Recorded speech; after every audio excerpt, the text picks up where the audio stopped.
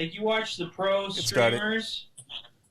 See if it Like you watch the pro streamers, they're like on there like for 20 minutes before they ever start. Yeah, we're up. Like there it is. Like when Joe Biden does like a Gettysburg Address or whatever, like that thing's up with the blank screen for like 20 minutes for people to get in there. Right. There's like so many things wrong with it. I doubt Joe Biden would be able to give any sort of Gettysburg Address. Yeah.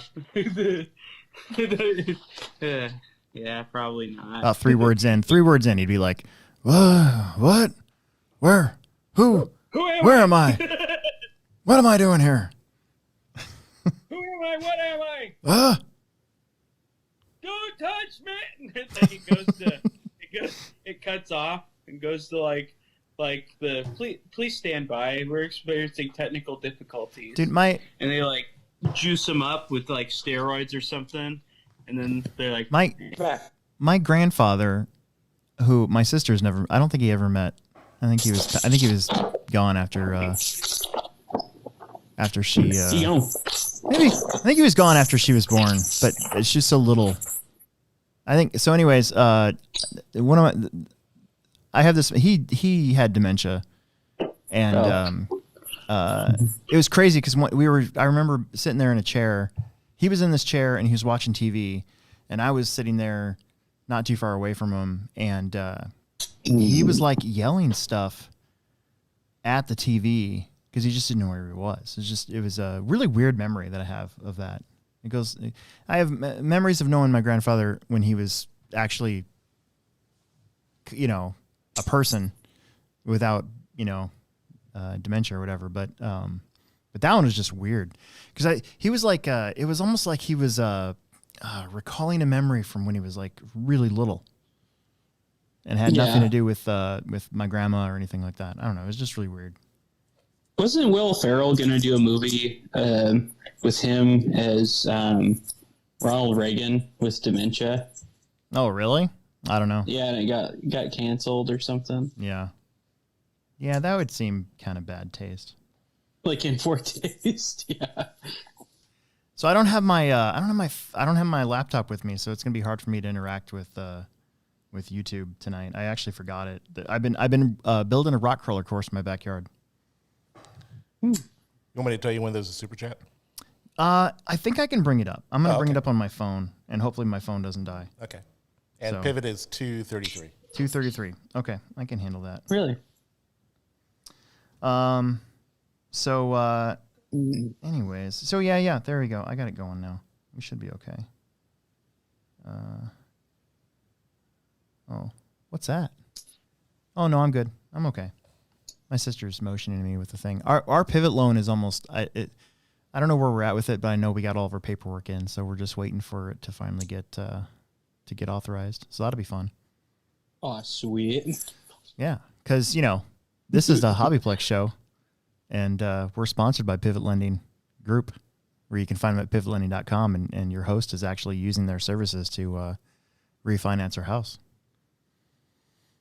That's cool. Yeah. You can find them at pivotlending.com. Do you know, one of the things about doing this refi, though, is we're doing another 30-year, right? And it dawned on me that I'm 42. Gretchen's birthday was Sunday, and I'm not going to say how old she was, or she is. But a 30-year loan would put me getting our house paid off when I'm 72. Like, that just dawned on me, like, ugh. When in reality we were like, what is it, 2040? So we were like 20 years away from getting our house paid off before. But I don't know. Oh, really? Yeah, I think about that and I'm like, holy crap, is that even a real date? Like, yeah, I have this thing where I saw Halley's Comet, I think in 1986, and one of my goals was to live until I can see Halley's Comet again. And I think I would be like 80 something to be able That'd to be see cool. it again. It's like 2070 something like that, or I'd have to look it up again, but I know I'd have to get pretty old. So maybe by then you could just go there like Armageddon style. oh, maybe. That'd be I don't sweet. know. We were supposed to have Ride flying. on a comet. We were supposed to have flying cars and shit by now. So I don't. Who said that? Back when I was a kid in the early 80s, like by 2020 we were all supposed to be flying around in flying cars and you know, have this new massive, you know, amazing power source that didn't maintenance or you know, didn't hurt the environment and all that, and none of that's come to fruition at all. Yeah. That's democracy for you. Everything just kind of stays. And also all the cars look the same. That's even worse. Like there's hardly any cars that stand out anymore. Like every other car looks just like every other car. Yeah. Only so many ways to skin a cat there, buddy. I know. I wish they would get into like big fins or something like that again. Yeah, we should just come up with that. Yeah. So what'd you do while I was on vacation? This is our first podcast. So if you guys that don't know, this is our first podcast back since I officially went on vacation almost a week and a half ago now. And we skipped. So we did the Monday that I was actually on vacation with Kurt Wenger. And then I went on vacation and then we skipped Monday. So there's a little bit to get caught up on. I don't know. I worked a lot. Yeah. Not really a lot, I guess. I just worked. I don't know. Last weekend, I was going to race, but I volunteered some time to the local hobby town here in Lincoln, owned by Dan and Chelsea Schmidt, by breaking in 3 nitro rustlers for a child foundation. Were these new? Like new in package? Yeah, they were brand new. Oh, okay. Yeah. So originally they wanted a nitro car. They that's what they wanted. And they wanted to get 3 of them so the kid, mom, and dad could all drive together, which that's admirable. But originally they wanted Kyosho Nitro, Inferno, Evo like 3.0 is the gas one. It's like a buggy. And okay. I was like, I ran him through the 5-tank break-in, and I was like, there's no way that somebody new is going to be able to start this thing with the pull start and have a good experience. Yeah, pull starts are like, the devil. Yeah, I mean, those are good cars and all, but it's kind of advanced for what we were doing. That's like one of those things when unfortunately I see it too often, but guys will come in and they'll have some sort of problem with their easy start, and they'll be like, yeah, I want to get rid of this easy start, and we're gonna put on a pull start, make this thing. And I'm like, I've always been, ever since I started working there in 2004, I've always been like, why would you do that? You're just basically looking for blisters now on your hands. Well, it's the same one-way bearing that you have to replace and clean. Why would you? I think that's the thought is like, oh, the one-way bearing won't go bad or whatever. But like, no, it's still the same thing, just a different drive. It's like, why would you not let a machine do most of the work for you? Yeah, and you don't have to screw around with the glow plug igniter. Yeah, well, even then, what eventually, a lot of times that blew.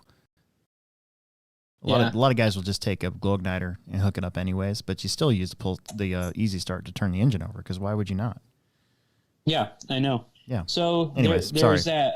I did that on that was Saturday when Dan gave the cars to the family. I saw the post on the Hobby Town. And we took him and ran him around in this field and stuff, and it was a good time. But Friday night was a disaster. I was working on the second car and so Traxxas does their break-in process, and I know it by heart because I just did it 3 times. Actually 4, but we'll get into that.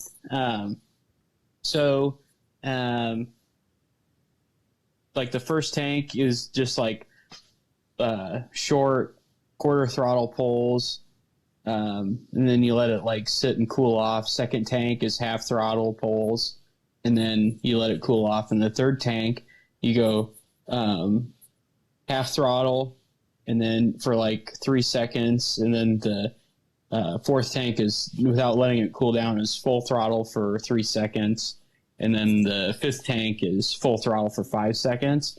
I was on the fifth tank, the full noodle, full throttle, down my street for 5 seconds, and just like, ah! And we're going down. I'm going down the street in front of my house, just full tilt, like screaming, and I let off the throttle, and nothing happens. Oh. It just keeps going. Oh no! So there Run away! Run away!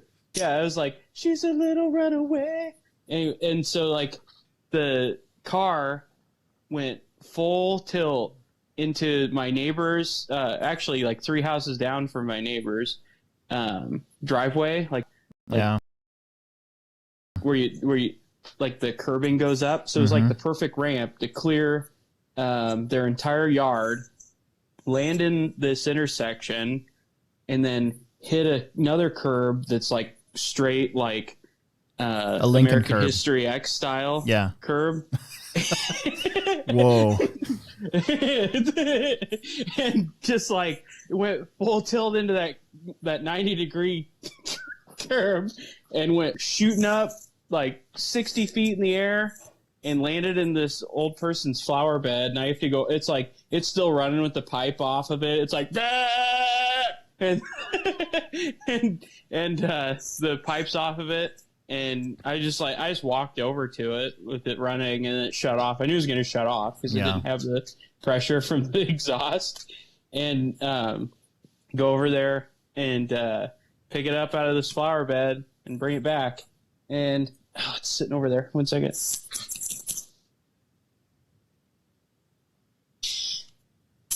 And this truck is the result.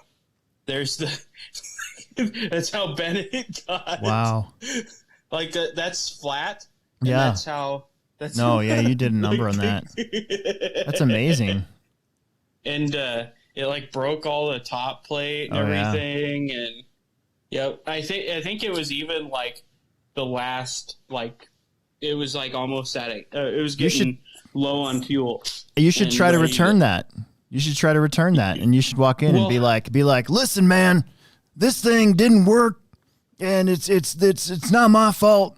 I want to return this, and you should pack it all nicely up into a box, the actual original box, and get it all taped up. Take the batteries out of the controller, and just expect that they'll take it back. Well, the thing is it's not my fault. Like that's exactly what happened. Like it isn't my fault. No, I know. Like literally, I am the guy that did nothing wrong, and his truck ran away. Like and I found what happened. There's on the on-off switch. There's a wire that was off, or like not soldered on enough. We should. That'd be a Traxxas phone call. In all honesty, that should be a Traxxas phone call. They're gonna tell you to pound sand. Yeah, I don't know. I mean, would they? No, I don't know. They can't take it back. That's for sure. No, like but Dan said he was going to call him. But I would have been like, yeah, we're. Oh crap! I just dropped mine. But they just like they'll talk to you like you're an idiot. Probably. Oh, you have your headphones off. Yeah, sorry, I dropped my headphones. They'll talk to you like you're an idiot and you don't know what you're doing. Yeah. And they'll be like, oh, you must be dumb. Like. What's the voltage of the batteries? They'll ask you that. Yeah, that's true. You know, I was like, well, why is this thing off? So I just started taking stuff off of it until I got to there.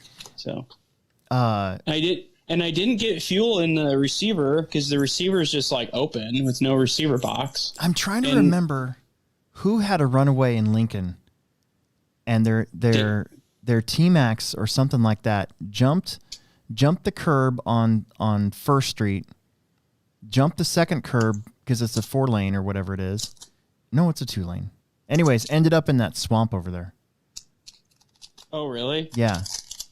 Dan had a runaway with his RC10 one time. Yeah. I want to say it was Jamie, Might have. Probably. It was old Hobbytown Lincoln track, like 2001, 2002, when we were racing T-Maxes. And I can't remember, but it was somebody that so much. I just realized that July, it was Gretchen's birthday yesterday, and so I had the day off, and we went and did stuff that she wanted to do. She wanted to go to eat sushi for some reason, and I like sushi. Yeah, it was all right. But I was thinking about it, and it'll be 21 year 13th. Yeah, because it's 2021, right? Because Gretchen's birthday lands April 11th, then our anniversary is April 26th, and then Mother's Day is May 8th. So this is like, I get the triple wallop within about a month. Yeah, it's tough. Yeah, I got lucky. The only thing with our anniversary is that it's close to Christmas. Oh, but that's true. I forgot about it's January 6th. Yep. Yeah. Hey. I think so. You have to ask my wife. No, I'm just kidding. I haven't forgotten. So, and the other thing I did is I finished building my B6.3. Yeah, and it's right here. According to Associated's tracking, ours should be in the store on Wednesday. Yeah, I would have liked to have ran this thing this weekend, but I had that thing going on. Yeah. That nightmare of a break-in, but it all worked out, and the kid is happy, and that's what it's all about, man. And I got to meet Batman. Batman was there. Batman? Yeah, Batman. Yeah. I had my picture taken with him. I'm pretty sure that's our producer's favorite superhero, or one of them, I think. It was Batman. I met the real life Batman. Yeah, that'd be pretty cool. Yeah. It would have been sweet if he was dressed like Adam West Batman, though. Like if I ever dress like Batman, that's the Batman I'm dressing. I kind of prefer Batman without underwear and tights. Really? Yeah, I like I like Michael Keaton Batman. I like that one. You like what's that guy? The nipple guy, the nipples costume. No, George Clooney. That's George Clooney Batman. Yeah, you like George Clooney Batman. Like, who puts nipples on a costume? They got to go somewhere. That's true. That's true. It's like people were getting mad about the Mandalorians in the Mandalorian show, the women Mandalorian having a bosom armor. It's like, well, they got to go somewhere. You got to make shape for them. Oh yeah. Yeah, they got nipples. They got to go somewhere. Yeah. Anywho, so that's cool. Yeah, we're supposed to get our B6.3s on Wednesday. We ordered 8 dirt cars and 1 carpet car because it's not our carpet season. So nice. They shipped on Friday according to the Associated, so we're supposed to get them on Wednesday. And I'll do if we for sure get them that day. I'm actually thinking about going into work early just so that we can get them out of the box and get them out so I can get a good picture of them for Facebook. But I'll be getting one Wednesday. I'm going to thrash on that thing and try to get that thing built because my big race, this is a good lead-in for the ProTech race. Yeah. So the ProTech race is in 2 weeks, so the track build begins Sunday night. This coming up Sunday. It's coming up quick. So I only have Wednesday, Thursday, Friday, Saturday to get that car built and get going. Yeah, I pretty much put my shock setup from my other car on this one. The only thing I did different was the medium pistons. Mm-hmm. Like not the thick, not the thin, but the medium. Oh, okay. The just right ones. Just right. I put those in there. I haven't tried them yet, but I went up half a weight shock oil to compensate for it, or 2.5 weight, or whatever you want to call it. What are you going to do for a body? You going to just paint it white for now? No, I'm just going to use this one. Oh, you're just going to use your 0.2 body? Yeah, I only ran this for like 2 races. Yeah, that's true. So, okay. Yeah, it goes right on there. I have Emerson's, so I sold Emerson's car this Saturday to one of the Webb brothers, I think Cole. Because those 2 kids, Eli and Cole, they didn't even race Saturday. They were there all day corner marshaling. And I'm like, dude, and they kept wanting they were asking me about a Kyosho car and all this stuff. I'm like, don't buy a Kyosho car right now. And I'm like, why? And they want a buggy. And I'm like, I'll tell you what, I will sell you Emerson's car super cheap. Just don't buy anything other than a Losi or Associated. And so they got one car out of the way. And good. But I'm ready to pick. So Emerson, I got to build 2 cars in like 4 days. Yeah. Because then Sunday it's game on. It's just Sunday, Monday, Tuesday, Wednesday for the track. We got a lot to do. Yeah. A lot to do. Well, if you could get me your car, I'll build it. Yeah, I could do that. If you could get it, you gotta get it to me. But the thing is, though, bring it up with me on Saturday. So I kind of wanted to build at least one of them because I want to do a build video for YouTube. Oh yeah, whatever. That's kind of, I don't know. I've been having fun with the time lapse. Yeah, it's been kind of fun. That's cool. So yeah, no, and like it was kind of nice since I already my electronics weight and everything was the same as the one that comes in the kit, the 13-gram aluminum one. And I just took my electronics out of my old car and just put them into this one. Yep. Yeah, I got all my electronics waiting for both Emerson and I's both cars. They're on the plate. Yeah. So should be really good. So that's going to be a big deal if they show up on time. Lately, the shipping's been really atrocious for being on time. So we've had our 2 biggest orders are from Horizon Hobby and from Traxxas usually.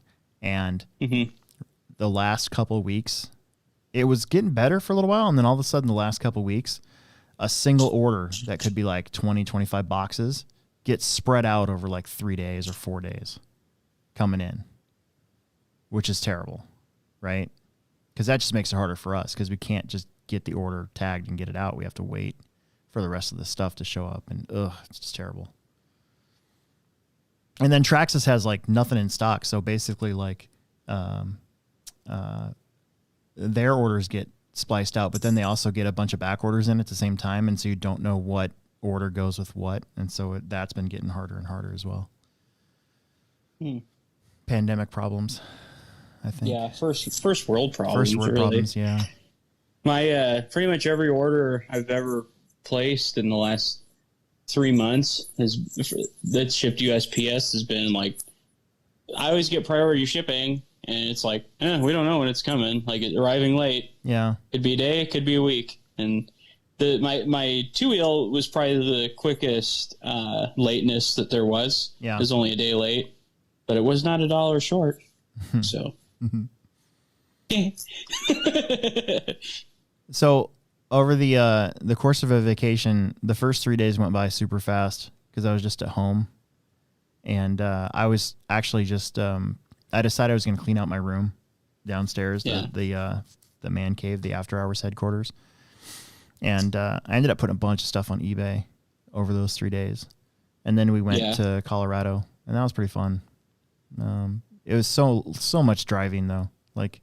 Because we were only gone for 3 days. So we had to go there, spend a day, and then come back. So it was over the course of 3 days. So we did a lot of driving in those 3 days. Yeah. We just got a super chat from Jason Haley. Nice. Backyard. This is an interesting topic. Backyard track. What's most important to do? Have fun.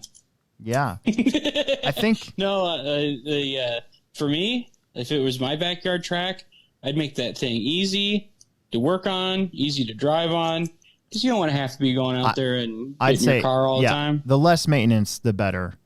Like, make sure you're that building that track to drive on. Not make sure that it like doesn't collect a bunch of water, and don't get. That's important. I wouldn't get too crazy with the design, unless it's made out of carpet, I guess. Mm-hmm. Who was it? Who is that guy that drives for? Is it S-Word? No, Techno. Tyler Jones. He posted that backyard track. Yeah, and all his jumps were carpeted plywood. Yeah, and that was actually a really good idea because then you don't have to like maintain the faces of the jumps and stuff. That's what they do in Europe. Yeah, and you know, it just looked, and really, like, I don't even know if you'd have to till it or nothing. You could just set the lawnmower to thin crust pizza mode, right, and go like super thin cut, and then that could just be your barrier. Yeah, you know, like if you let the grass kind of grow up a little bit around it, you know, and then you don't have to do a whole bunch of piping. You just do some cones. Yep. But that's what I do. If I was going to put a track in my backyard, I'd make it easy, make it simple, and I'd make the jumps so that I didn't have to maintain them to make them jump better. Yeah, I'm with you on that one. Emerson and I thought about doing like a 1/18 scale track for like mini tees and stuff, but our backyard's kind of small, so we had to pick and choose. He's got I'm actually building a crawler course in the backyard. I'm in the middle of that right now. As a matter of fact, when I go home, I'm going to try to finish it, and or at least finish part of it. But before that, it was a mountain bike / training trail that he made, where he made that's cool. He made like 2 jumps and a berm. He dug out part of our backyard to build the dirt for the berm. Gretchen was super happy about that. Yeah. So I bet. But now I've kind of taken up a corner of our yard with this crawler course. It's going to be really cool. I'm going to get some video of it, get it up. It's going to be fun. I should have grabbed some rock while I was out there in Colorado. Just stuffed it in the back. Yeah, that'd been cool. Yeah. I went to the crawl space. You ever heard of that? No, but that's a really good name for a rock crawler track. So it's a store with a rock crawler course in it, and it's called the Crawl Space, and they have a really big online. That's a really, really clever name. Yeah, they have a really big online presence. They make a lot of their own stuff. I used a little bit of my government money on a new chassis for one of my crawlers. And I was like, because I knew I was going to go to this crawler store, and there was some stuff that we just can't get. Like I even asked them if they would do wholesale to us at the Plex to see if we could sell some of their stuff, and they turned us down. They're like, nah, we'd rather deal direct so that we can answer questions the right way and not have to rely on other people. I'm like, yeah, I can see that. That's good. But I saw this chassis on the shelf, and I'm like, I kind of went in there knowing that if they had one of those, I was going to buy it. And so I ended up buying that, and I needed some video for my enduro build, so I used their course for some of that, and kind of got some good ideas, got some interesting leads on some product ideas that we can get. I just got to contact these individual companies for our crawler section, you know. I'm kind of the curator of that almost, you know, and I got some ideas on how to make it better. I bought a rear bumper that they made. Not very expensive. Yeah. So that's pretty cool. And then we went up in the mountains before it got dark, and we got up to about really close to 9,000 feet, which I thought was really neat. And I was kind of worried about my truck for a little bit, but it was fine. It handled it. Why would you be worried about that with your truck? Well, it's not really tuned for the lack of air. Fuel injected. That's true. It tunes itself. Yeah. Okay. See, I don't know anything. The last time I was in the mountains, I was 15. My friend Aaron and his mom and sister had a timeshare in Fraser, Colorado, just right out. I think it's right outside of Winter Park, and so it was a little condo, and I'd never been there before. They wanted to do. We went whitewater rafting. It was awesome. It was so fun. Oh my gosh, it was so fun. The leader, like each boat had a hired person to help guide the boat. She was exceptionally hot, and she was wearing a white t-shirt with nothing else. And so when we were getting blasted with water and like the lunch stops and stuff, oh my gosh, it was one of the best moments of my 15-year-old childhood. And anyways, that's a tangent. But I was taking driver's ed. Did you add her on Facebook yet? You should find her on Facebook. I don't even know where to. I wouldn't even know where to start. I don't even remember her name. But that would be weird. Hey, remember me? That was 25 years ago. I saw She'd you be with like, yeah, you're that disgusting kid that kept ogling me. Yeah. Like she does. She remembers you. It wasn't just me. It was Aaron too. Anyways, I skipped out on driver's ed. I was taking driver's ed that week, and we had the finals or whatever that weekend. And I was like, I don't get to go to Colorado ever. I'm going to Colorado with my buddy. My dad was all like, you make the decision, but it's your insurance prices or whatever. And yep. So I skipped out on that. Yeah. What are you going to do? Yeah, it wouldn't have mattered anyway. Probably not. Probably not. With all your speeding tickets. Only in my 20s. Yeah. Really? Yeah, a couple of years ago I got one, but that one wasn't fair though. That was a trap. Yeah, I got trapped once. Yeah. Did you watch the Psycho Nitro Blast?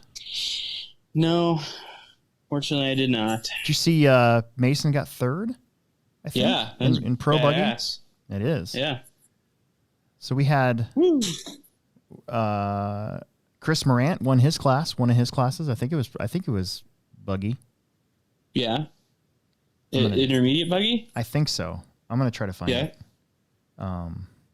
Or do they do like intermediate, expert, and pro? Yeah, or it was another one of those things where they have a lot of classes and you're trying to figure out who goes and what and all that stuff. But still, Chris races what it's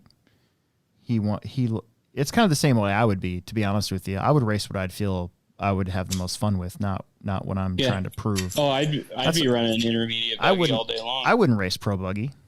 Nope. I would run intermediate buggy and then use pro buggy as my throwaway class to tune for intermediate. Yeah, like who wants to just get out of the way every couple laps? Yeah, it was intermediate. So they had, looks like they had intermediate or pro, intermediate, and sportsman.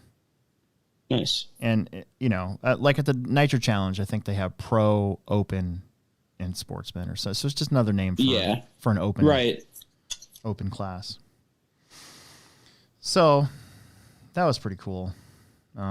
Looks like Adam Drake won 40 plus again. Woo! Make him cry. I wonder how many crybabies there were on YouTube or Facebook Live.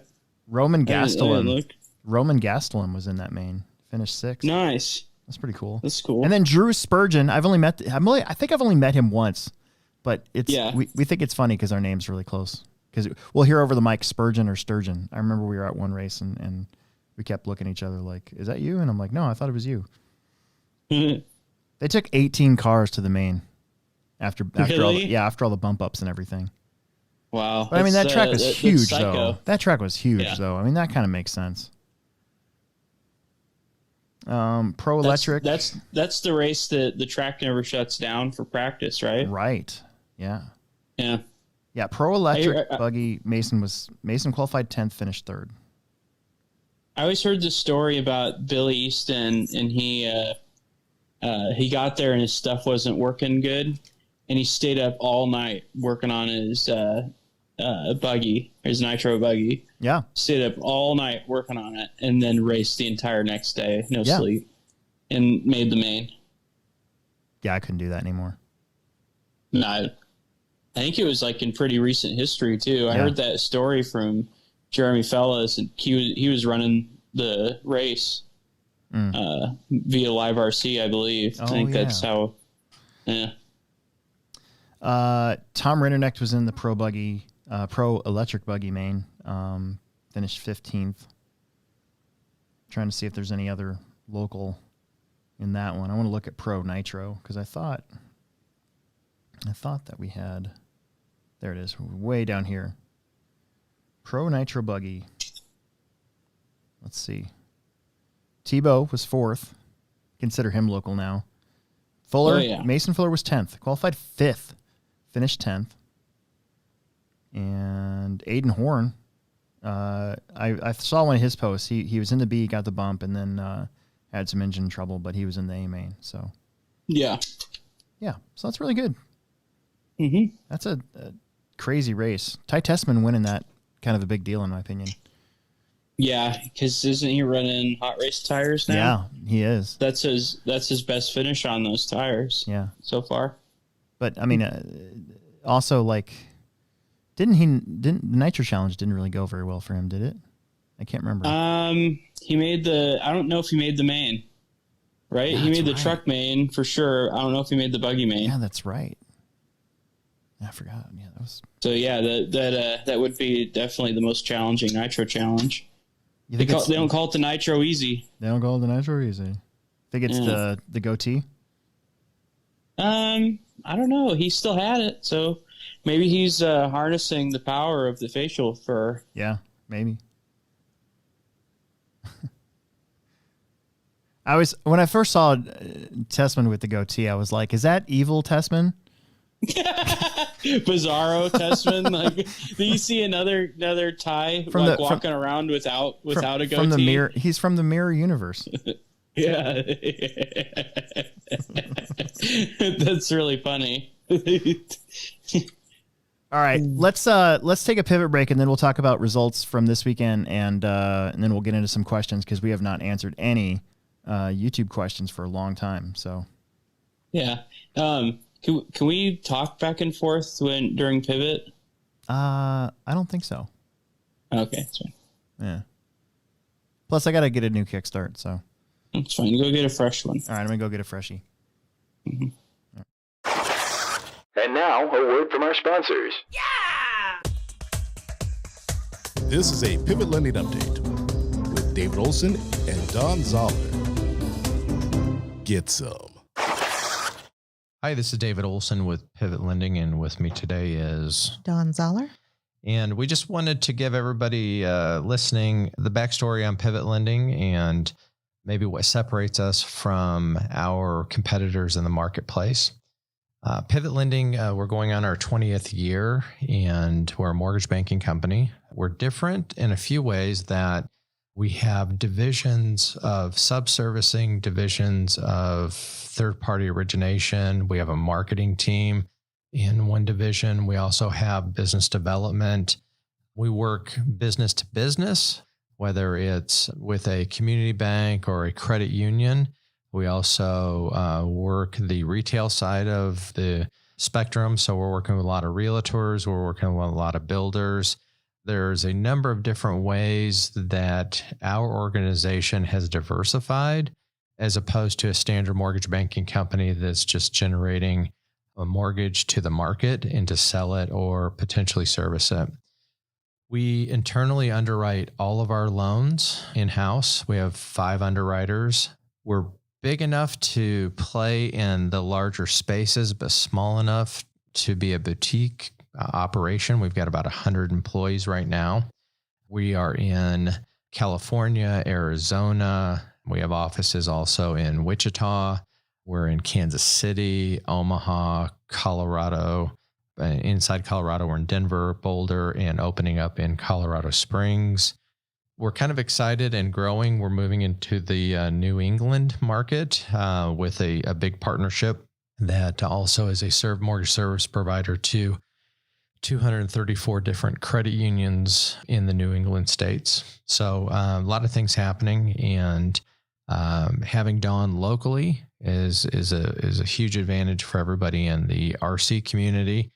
I know that not only myself, but the owner of the company, Brian Ottaviano, he's a hobby fan. He flew quite a few remote control airplanes and loves that piece of it. He also follows Aiden, my son's racing. And so it's great to be able to weave in the hobby into what we're doing and to be able to get back to the hobby because of the things it represents, I think are similar to things that we represent. David Olson, NMLS 16099. Don Zoller, NMLS 277589. Pivot Lending, NMLS 109995. We return you now to your regularly scheduled program. Hey, I forgot. I didn't want to be that guy and like post it on Facebook or anything like that, but I did get my first vaccination last week. Oh, wow. Yeah. Keep it up. My next one is on Cinco de Mayo, May 5th. I get my second one. That's pretty cool. I haven't gotten one yet. I basically just did it so that people would leave me alone. Yeah. My wife's after me to get it. I haven't gotten it yet. She's gotten the first one already. Yeah. I mean, honestly, if you're young and healthy and haven't gotten COVID by now, you probably are okay. But I'm saying no opinions on the matter. I'm not a doctor. I just got it because I just want people to leave me alone. It's fine. I will get it, but no opinions on the matter. Let all the old people and all the people that are in danger of getting it get it all first, and then worry about it later. That's kind of my thought process. I just kind of thought that like more important people need it than I do right now at this point, but I'll get it when I can go to Walgreens to get it down the street or something. Right. Yeah. I think. We got a $5 super chat from Nick Nuthouse. And Thanks, Nick. While we were talking about the Psycho Nitro Blast, I forgot. I was going to bring it up. Did you see the rocket jump that Bornhorst did? I did. I saw that. That's pretty cool. Awesome. I'm pretty sure that thing's going viral already, the videos from that. I hope so. I hope so, too. Because that was really neat. And you could see on the video that the rocket actually helped the car. Oh, yeah. No, further. like, because it like took off, and it was like, well, I'll use this broken car because that car's broken, too, I'm sure. So that car drove away. Huh? That car drove away. They put it back on the ground and he drove it back to himself. Yeah, it was awesome. Oh, that's cool. It was like when it jumped off the jump, it was like this. And then it start to come back down, and then it was pretty cool. Yeah, because I've seen rocket assisted jumps at the Nitro Blast where they hit the rocket before it actually hits the jump, right, to give it that extra little boost. But this one they did it while it was still going up in the air, and I think that helped it go a little bit further. That was really neat. Yeah, no, that was like the perfect way to do it. Yeah. So we'll see what happens. See what they come up with next year, and see if they can get even farther. And the fact that it went straight is pretty cool too. Oh yeah. You know. I wonder what the rules are on that. Like no wings, no fins. I don't know. Yeah. Maybe. Maybe just nothing but rear wing and probably a certain wing. I don't know. I'll have to ask about it. All right, it's been 2 weeks. We haven't done this in a while. Here, hang on a second. One drink. Everybody knows the rules.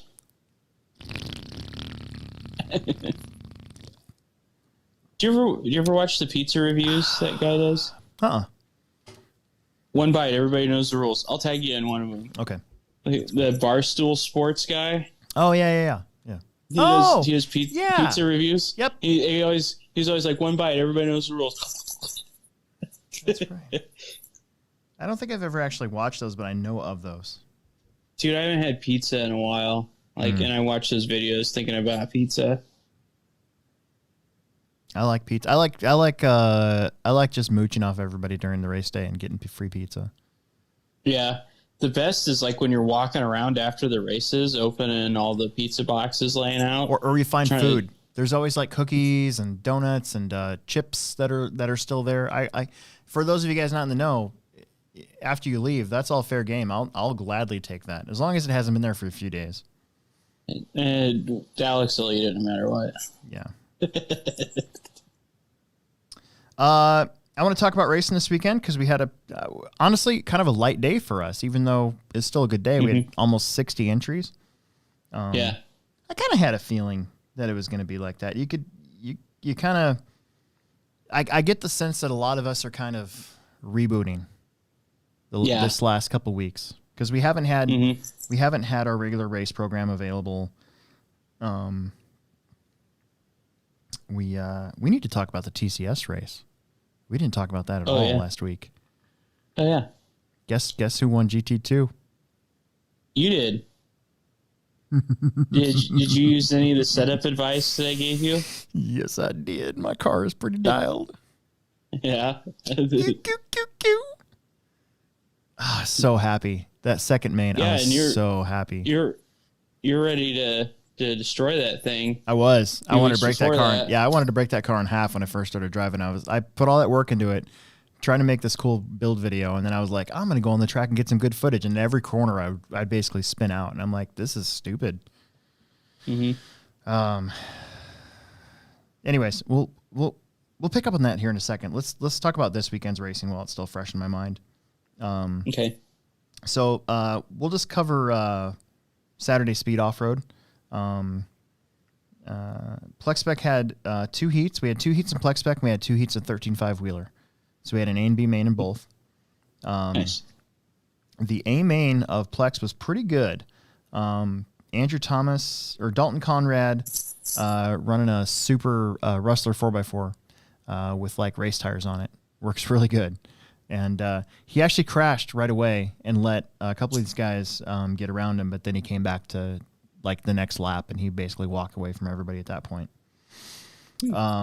Andrew Thomas finished second. Andrew did have the fast lap of the race, though, with a 27 second instead of a 28 second from your leader. Greg Henry, one of the guys who travels around kind of for a living, he's back in Omaha for a little while, so he was here running his Arma 3S, the plastic chassis Typhon. Not Typhoon, Typhon. Brian Hart qualified 6th, finished 4th. Travis Clancy was 5th. Ariana Smith, Tommy's daughter, was 6th place. And then Dylan Haas was 7th, and Mason Hardesty was 8th. The cool thing about the main, and actually both mains, is they all finished. That's always good in Plex Spec.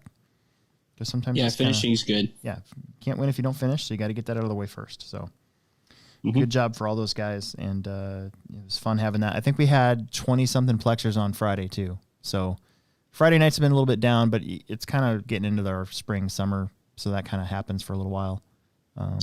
Friday nights are usually the biggest in the wintertime anyways. Stock Buggy, a good group of racers there. Jackson Anderson TQ'd and won that one. The only one to get 15 laps. Easton McCormick qualified 5th, came back to finish 2nd. Orlando Martinez came back to get 3rd. He was as far down, I believe, as like last. Him and Kinzer, something happened on the opening lap where they both just not sure what happened, but they were both collected with each other, and then they had to struggle back.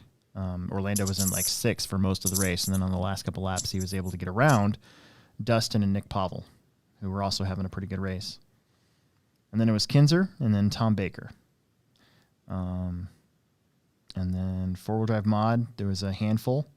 Aiden Olson, 22.2 second lap, fast lap of the day on the big track. Tommy Smith was 2nd, Mitchell Pavel was 3rd, John Haas was 4th, and Gangler didn't start this one. He was saving his car for the 13.5 main, which was next. And then he had to bounce. He had to go real quick. Your TQ was Jackson Anderson, and Jackson, I believe, was leading until his car broke. Yeah. And it slowed him way down. I heard about it a little bit. Yeah, it slowed him way down, and eventually everybody started to pass him, and then he just pulled it off. So Easton McCormick with his new ride, so the McCormicks switched all to TLR. They went from what they had over to TLR. And it was their first time out. So Easton got the win. Dan Gangler was 2nd. Nick Pavel was 3rd. Kinzer was 4th. Orlando was 5th. Dustin was 6th. Daniel Bender. And Sam Saunders made the bump from the 13.5 main and finished 7th and 8th. Nice. And they got around Jackson. And then both Jackson and Ronnie had some problems early in the main. But Bender was looking fast. Sam was looking really good. It's nice to see Sam and his dad, Troy, on a Saturday. Let's go to two-wheel mod. Riley Filbert gets his first win, I believe, at the Plex. So that's pretty cool. Yeah, definitely. TQ'd and win. Tommy was 2nd. Aiden Olson didn't qualify all day. He was working in the store, so he could only come down for one race, and that was four-wheel drive. But since we ran this race after we were closed, he officially qualified 7th, finished 3rd. That shows how important starting position is, too, when you have a bunch of good drivers, because Aiden was probably the fastest car, but because he had to start dead last and get around everybody first, he wasn't able to catch up to Riley or Tommy. Yeah. Brian Burnt was 4th. McCormick was 5th. Mitchell Pavel was 6th. I decided to drive Emerson's car I wasn't going to race. And then I'm like, oh, Emerson's car is here. I'm going to go drive it. So I drove his car, and I was in second place for most of the first qualifier. And then I landed a little long off this new section I built. And my car came to a halt, just stopped cold, and then it started to smoke. Oh, sweet. It let out the magic smoke. So then I was freaking out. I'm like, get it, take the body off. It was just a motor. That's all it was. Burned up a motor. Burned it to a crisp. Which motor was it? It was a McLaren 7.5. Oh. And it was... Did wire come unsoldered? Or? I don't know, but it was really old. And Emerson's car was really loud, way louder than I had remembered. And so I'm pretty sure the motor was making noise before that anyways. Probably lost a bearing and crashed the That's kind of what I was thinking. It got it got hot enough to melt all the solder holding everything together into the bottom of the chassis. Yeah. So, yeah. So then I just pulled it all, and I was like, that's when I told Cole, I'm like, here, just buy this, and you can get going. So. It works, I swear. No, it does work. It was just the electronics that were bad. That went bad. The car itself was actually pretty good. I was like, huh. I mean, raced this in like a month, and it works fine. Let's see. So then independent stock buggy. We had a pretty good turnout. I think we had 9 cars.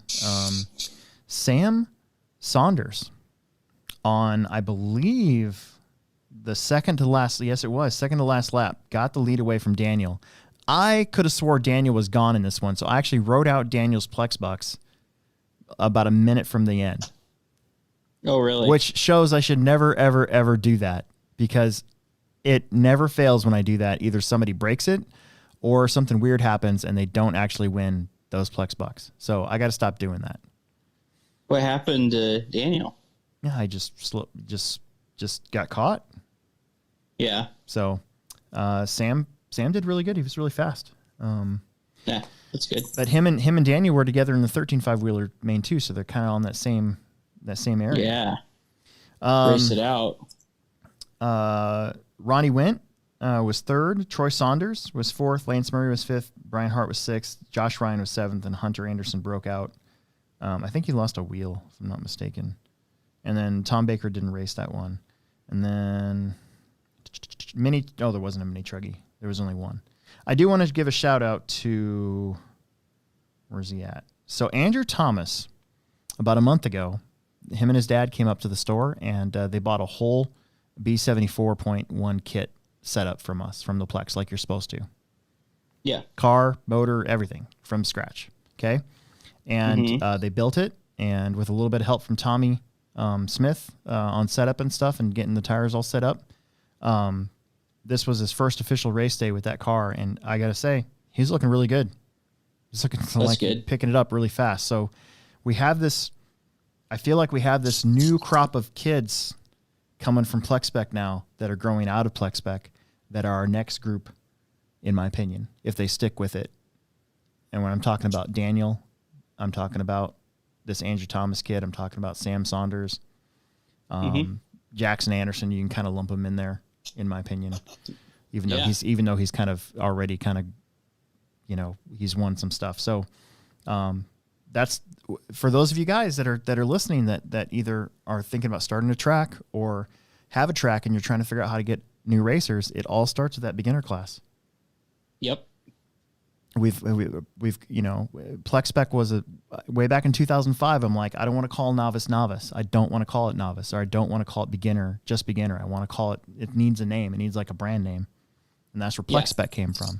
There's nothing spec about Plex Spec. I just want people to show up and know that they're entering Plex Spec. But I'm telling you, that's where all of our new racers come from. And even if you only get 10%, if you're getting 40 on a race night in Plex Spec like we are on Fridays, and you get 10% of that group, that's 4 people that are moving on to the more advanced stuff that race on Saturdays. So it's just how it works. And I feel like that's the way that we need to do it. And then really quick, I don't want to spend too much time on it, but where is it at? So we had a Tamiya Regional 2 weeks ago. We didn't get to talk about it with the Wenger interview. Right. But we had 91 entries for the regional. I believe that that's the most we've ever had for the March race. That's pretty good. Or February race. It used to be in February, and now it's in March. Mm-hmm. That's almost as many as we had for the Nationals. Yeah. For the Tamaya Nats. So, that's a big deal. That's really good. That kind of Tim has really put in a lot of work to make not just that race, but just like make our race kind of one to go to, I guess, Mm-hmm. Yeah. That being said, where are we at here? Trying to get to the results. So I think they all had triple mains. So I just want to give the guys who raced a shout out. I'm going to kill some of these names, and I'm really, really sorry. But the winner of Mini. So the Mini used to be my bag back in the MO3 days. I loved Mini racing. But Yeah. I kind of lost interest after the rear motor stuff was faster. Does that make sense? Kind of just was like, meh. I never got into minis. Oh, I loved the front wheel drive ML3. It's so fun to drive. I probably would have been into it if I had raced. They weren't like when the carpet track died here in Lincoln. There wasn't any of that, but I did 18th scale, and that was popular. Yeah. But anyway, Rut Sruramit took the win with the least amount of points. I killed the name, and I'm really sorry. Some of these names are, I need like one of those, what are they called when you look in the dictionary and you get the pronunciation? Yeah, pronunciation. Anyways, I need some help with that. Maybe like a teleprompter would be good. What? yeah. Where? Who? When? What's going on? Oh,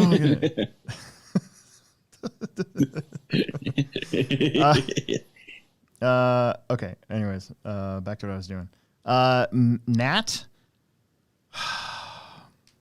Fomfawi was second. Daniel Ho was third. Jeffrey Stevens fourth. Kit Chiaperm was fifth. Dennis Reardon was sixth. Ken McKinney was seventh, and Shane Menenti was eighth. And I'm really happy that I didn't have to announce this race. Oh yeah, Because I would have destroyed those names all day long, and it's not. We're going to keep going here as I say that. So, Mini had a pretty good turnout though. There was lower mains in almost everything. I think the biggest class was Euro Truck maybe. that's not surprising. Yeah, Euro Truck triple mains. David Weir was first. That Nat Fomthawi was second. Ken McKinney was third. I got some really cool slow-mo of his truck that I put on my little TCS video. Kenny's truck was really doing the bouncy thing. Like bad. Like I don't know how he drove it bad. At least in slow-mo. Maybe in real life it didn't look as good. Or it didn't look as bouncy. Bruce Lohaus was fourth. Tim Ski was fifth. Dennis Reardon was sixth. Chris Tyler was seventh. And Kit Shiaperm, I think that's how you pronounce it, was eighth. And then GT Pro Spec. So this was these are the TTO2s, and they use I believe the Pro Spec ones, they use 21.5 locked end bow motor, and so everybody's fairly equal. Vu Vang, he's a TCS I believe previous like champ from the World's Trip or whatever. But he took the TQ and win. Nat Fomthawi was second. Trevor Zelazny was third. That's pretty cool.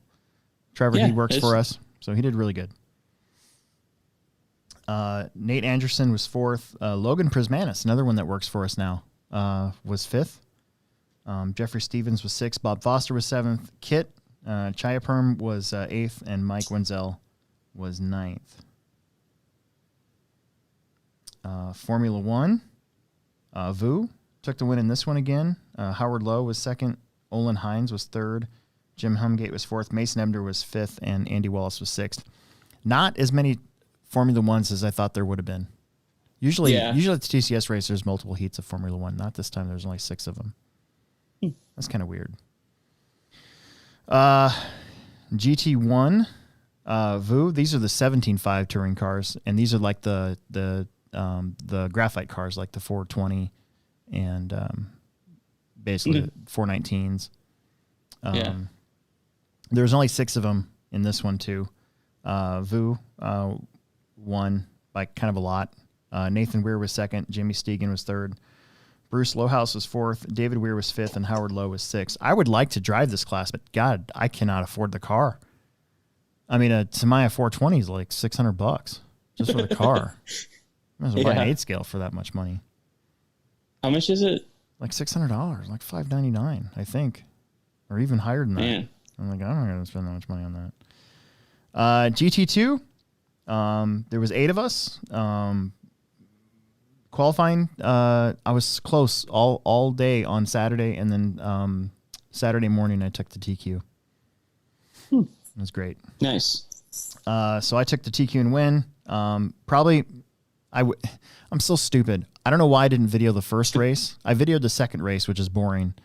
But I didn't video the first race. The first main, I bumped the pipe literally in the first turn. And I corrected myself, and Nathan Weir got around me, and then I basically stayed on his bumper for like 3.5 minutes. Yeah. And then he finally made a little bobble. I was able to get around and take the win. But that was probably one of the greatest touring car races that I've ever personally been a part of. Yeah.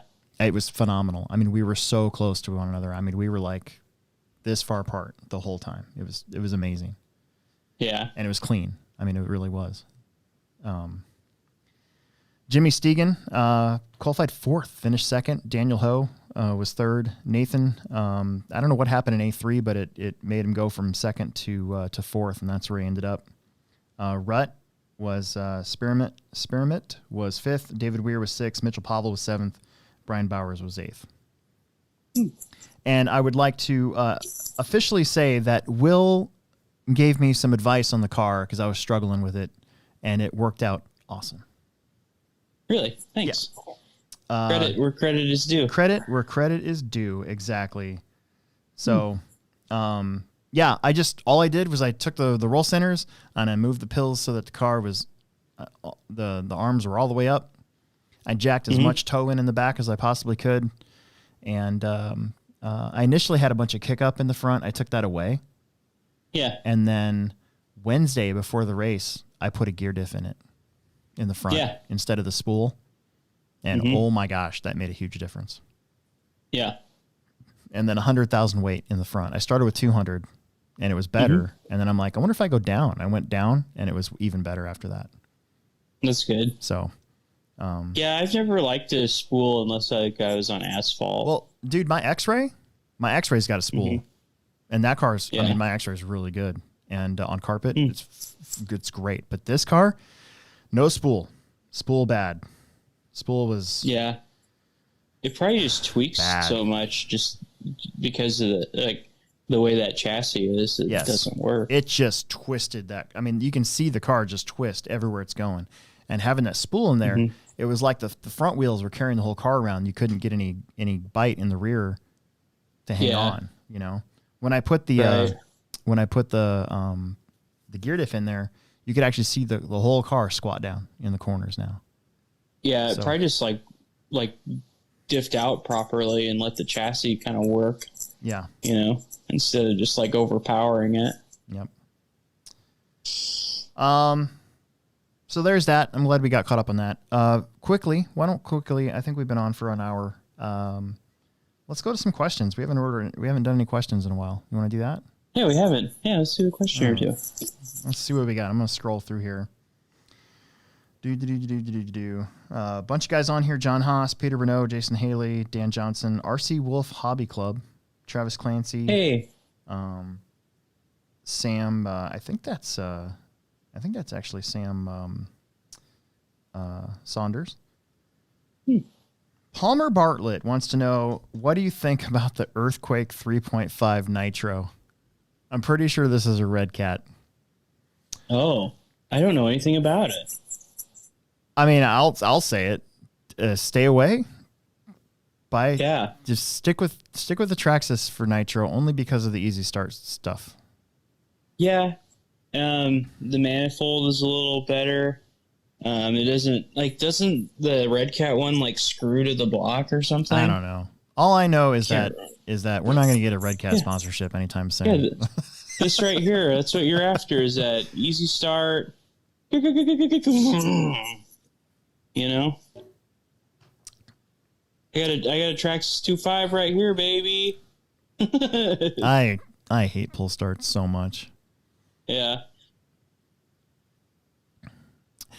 I hate it when somebody buys a pull start and then they leave and then they come back and the pull start's been in like pieces and I'm like, well, I mean, man, you want to buy another one? Yeah, they're $15. Here you go.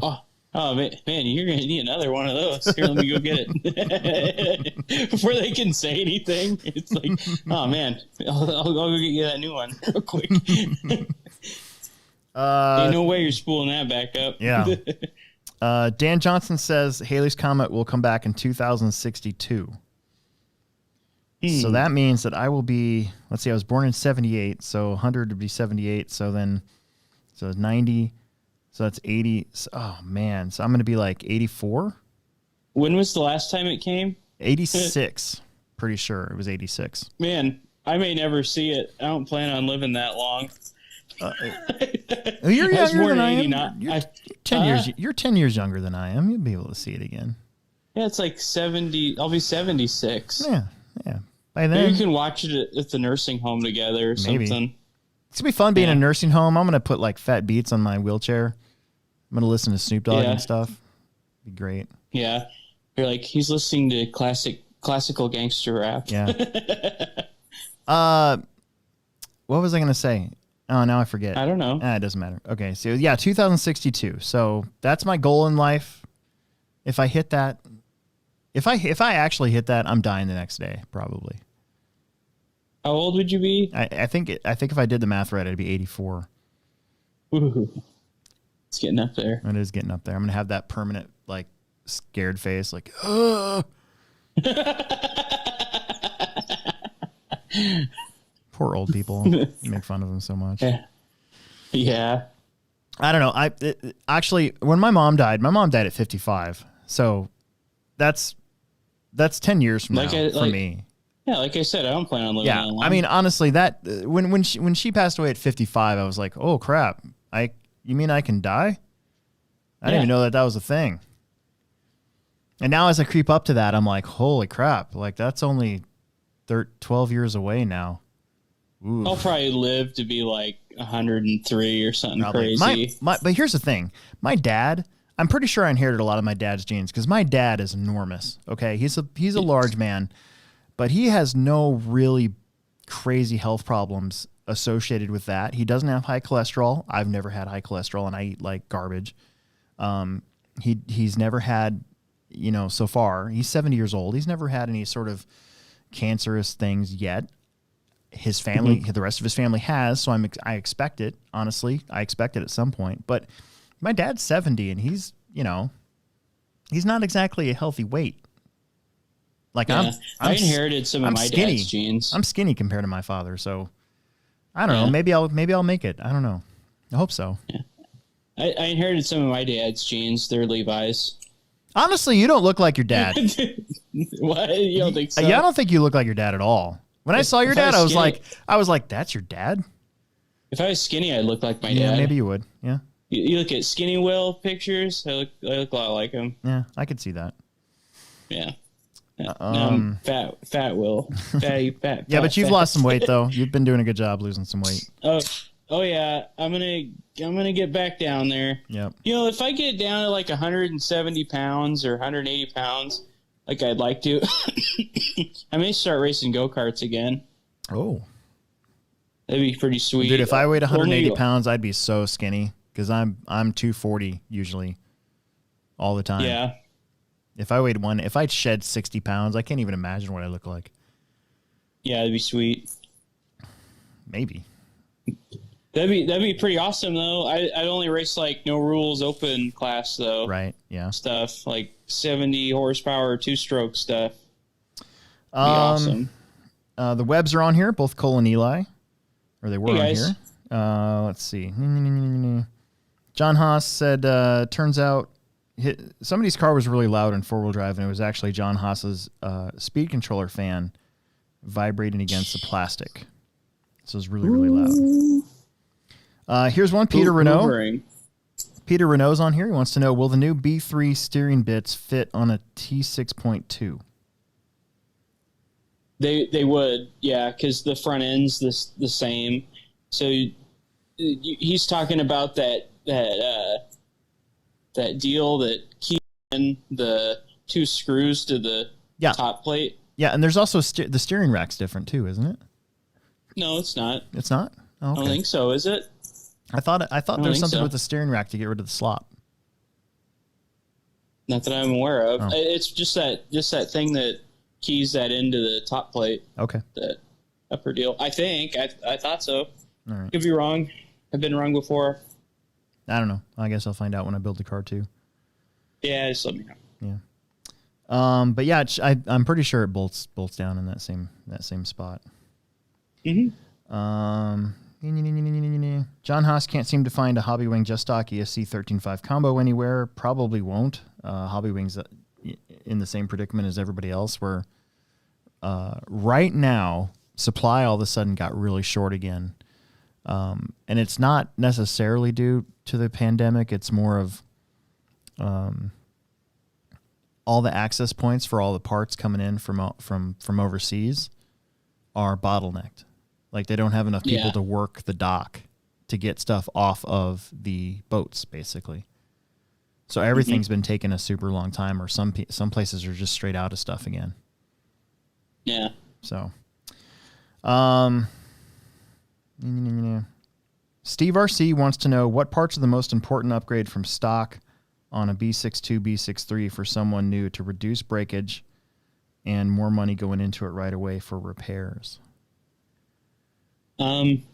Well, I would probably do that steering rack thing we were just talking about by getting the new top plate and then the piece that keys in. I think it comes with that too, like this front shock tower mount and ball stud mount. Mm-hmm. That piece is what you'd want, because those screws that hold the bell cranks in break off in that, and that's what that piece is there for, is to strengthen up that area. Yeah. The other thing that, I mean, if for reliability, that's about it. That was like the only thing I ever broke on the old car, was just that screw. Well, as somebody who has a kid who breaks his stupid car all the time, for me, it was always the aluminum front bulkhead, aluminum steering rack parts. Yeah. Those 3 things for sure. And then I decided to go against like aluminum rear hubs because I was always afraid of the ball stud breaking off in the hub and then costing me $40. So I just left them plastic. Well, the new hubs though, so they have that, this is actually removable. Right. Yeah. You know, on the new hubs, and Associated has those new aluminum hubs for this car. Yep. And J Concepts has a set too, I believe. Yeah, totally. So, I mean, either one would be a good choice. I have some aluminum hubs on order, so I'm going to bling this thing out. Jacob Poteet says, are you and Will going to bring back Gas Truck to its glory days? I hope so. Well, it's not really us. So. It's more Ignite trying to bring it back to its glory days. So the I'm building one. The flyer for the truck series, I gave all the information to Mike when I came back from vacation. We're working on the awards for the ProTech race right now. That's taking the most importance.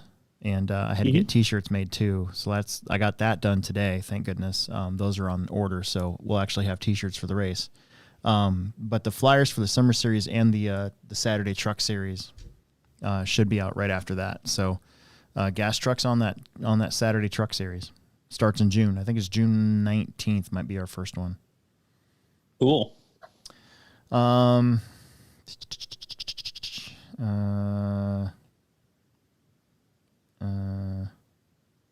Chad Parks is on here. I I Chad? don't have anything but large and medium shirts left. He needs to order more. So if you want a t-shirt, just email him. Yeah, I got one. This is what they look like. Yeah. Peter Renault says they won't let him cross the border still. He wants to come. He wants to come race at the Plex at some point, but I think Canada just got even more strict on their stuff. Oh, that's hard to believe that Canada would be more strict. If I read the news,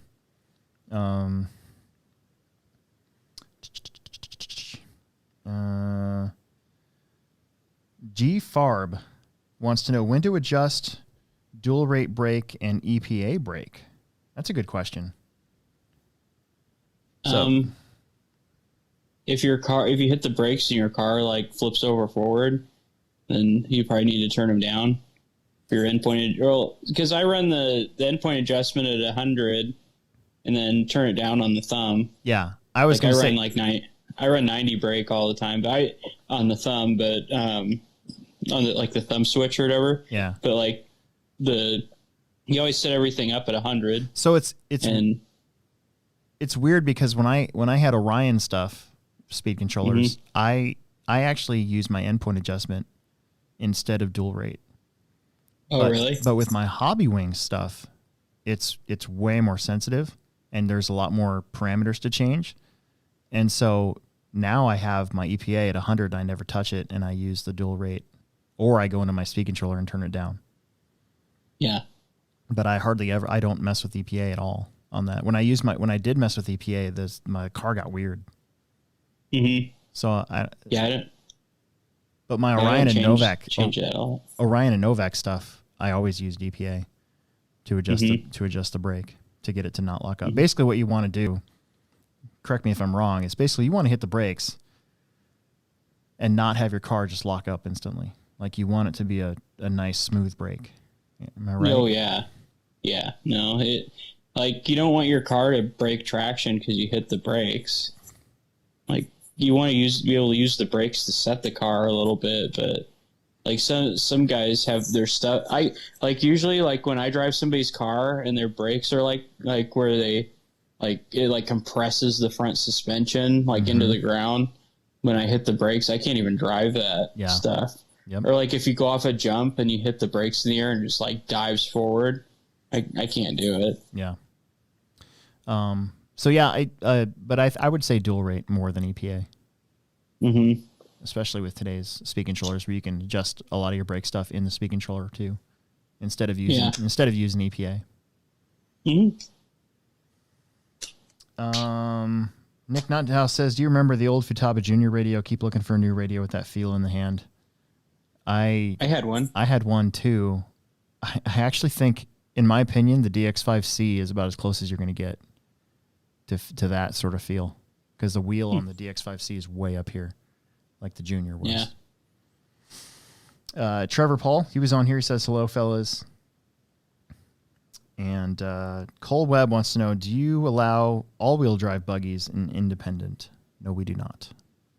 It's two-wheel drive only independent buggy, unless we have unless we do another independent series in which all 13.5 truck and 17.5 buggy would be an independent class on their own, which I haven't done for a while. Just because the summer series kind of takes precedence over everything. That's it. That's all that's on here. It's all the questions, huh? Yep, that's it. Oh, that's cool. Yeah. We should probably get going. Yeah, I probably should. Yeah. So you working on anything tonight before we go? I'm gonna go back home, work on my crawler course. What are you doing? I'm gonna finish up my 6.3 probably. Get the wing Scotch Brote. Is that how you'd say Scotch? It says Scotch Brighted, Scotch Brote. Do that, and then probably mount some tires for it. Yeah. I got tires waiting at home for the independent or for the spring race for Emerson and I. Yeah. So. Yep. No gold dirt webs anywhere though. Wah. I have to run ellipses. Which, by the way, the Plex has plenty of right now. We kept all of the tires that we had in the J Concepts race. So we got front silver and gold ellipses. We have rear gold, rear silver ellipses. We're not shipping them, so don't ask. We're hoarding them all for the spring race. So Nice. Of course, we got Proline tires up the wazoo too. So for all of you Proline lovers, and some Raw Speed. We got Raw Speed stuff too. A lot of that in stock. So clay compound. Yeah. Cool. Yeah. All right. Well, this show, as always, brought to you by Pivot Lending Group. You can find them at pivotlending.com. If you mention our show, you can get either a $500 lender credit or 0.125 off of your interest rate. If you do a home loan or refinance, contact us, Don Zoller, or Aiden Olson's dad. It's always a good one to get hold of as well. Yeah. Yeah, I think that's it. We're going to bail. Thanks, Will, for hanging in there and being back. How'd you like your vacation? We didn't do a show for a week. It was good. Oh, it was fine. Yeah. It felt good. Yeah. Nice having a break. It's nice having a break for every once in a while. Mm-hmm. Okay, well, I'll be on After Hours this week. No After Hours next week because I'll be in the middle of a track build, but I'll be working on something, probably the B3. So B6.3. B6.3, whatever we call it. Yep. Bye. See you guys.